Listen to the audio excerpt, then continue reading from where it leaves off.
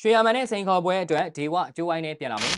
ပရိသတ်များအားလုံးပဲမင်္ဂလာများအင်္ဂလိပ်မှာ share sport ကနေအားလုံးကိုပြန်လည်ကြိုဆိုလိုက်ပါတယ်မြန်မာလက်ဝဲအလွတ်တန်းချန်ပီယံဟောင်းကြီးဒေဝကတော့မကြာခင်မှာလက်ဝဲကျိုးဝိုင်းတဲကိုပြန်လာမယ်ဆိုတာကိုသူ့ရဲ့ Facebook စာမျက်နှာကနေတဆင့်တရားဝင်ချပြလာခဲ့ပါတယ်ဒေဝရဲ့ပြိုင်ဘက်ကတော့တခြားသူမဟုတ်ပါဘူးမြန်မာနိုင်ငံရဲ့ရိုးရာကျယ်ဝင်းဖိုက်တာတူဖြစ်တဲ့ရွှေရမန်ပဲဖြစ်ပါတယ်ရာမန်ကတော့ဒေဝကိုပြီးခဲ့တဲ့2023ခုနှစ်ကလေးကစိန်ခေါ်ထားခဲ့တာပါရာမန်ကဒေဝကိုမင်းအောက်မှာစကားတွေမပြောနဲ့စင်မော်ရောက်မှငါနဲ့ပြောမယ်ဆိုပြီးတော့စိန်ခေါ်ထားခဲ့ဘူးတာပါဒါပေမဲ့အမျိုးမျိုးသောအကြောင်းတွေကြောင့်ဒီဖိုက်တာတို့ရဲ့တွဲဆိုင်ကဖြစ်တည်မလာခဲ့ပါဘူးနှစ်နှစ်ကြာမှာတော့ဒေဝဟာရာမန်စင်ခေါ်ထားတဲ့ဒီဗီဒီယိုကိုသူ့ရဲ့ Facebook စာမျက်နှာမှာတခိုးပြေးမှထိုးခွင်းထညီလေးရာမန်ကြီးအသက်အရွယ်ကြီးတဲ့သူကိုဘလို့ရိုသေစွာစကားပြောရလဲဆိုတာမင်းကိုသင်ပေးမယ်ဆိုတဲ့စာသားနဲ့တူပြန်လည်ဝေမျှလာခဲ့တာပါပရိသတ်တွေကလည်းဒေဝနဲ့ရာမန်တို့ရဲ့ပွဲကိုကြည့်ရတော့မှလားလို့စိတ်ဝင်စားမိခဲ့ကြပါတယ်ဒေဝကတော့ဒီနှစ်မှာပဲဒီပွဲကဖြစ်မြောက်လာမယ်ဆိုပြီးတော့ပရိသတ်တွေကိုအကြောင်းပြန်လာခဲ့ပါတယ်ဒေဝကိုမြန်မာကျယ်ဝင့်ဖိုက်တာတူဖြစ်တဲ့ထွန်းလုံးမင်းလဲစိန်ခေါ်ထိုးတက်ခဲ့ဖို့ပေမဲ့နိုင်ဝဲမရခဲ့ပါဘူးဒေဝကမြန်မာဖိုက်တာတွေထက်အရက်အမောင်းခြေတံလက်တံရစ်ရှော်ပါဝါရောအဆက်ဆက်ရတားလွန်နေပါတယ်ဒါကြောင့်မြန်မာဖိုက်တာတွေအနေနဲ့ဒေဝကိုအလဲထိုးနိုင်ဖို့ဆိုတာကခက်ခဲနေတာပါ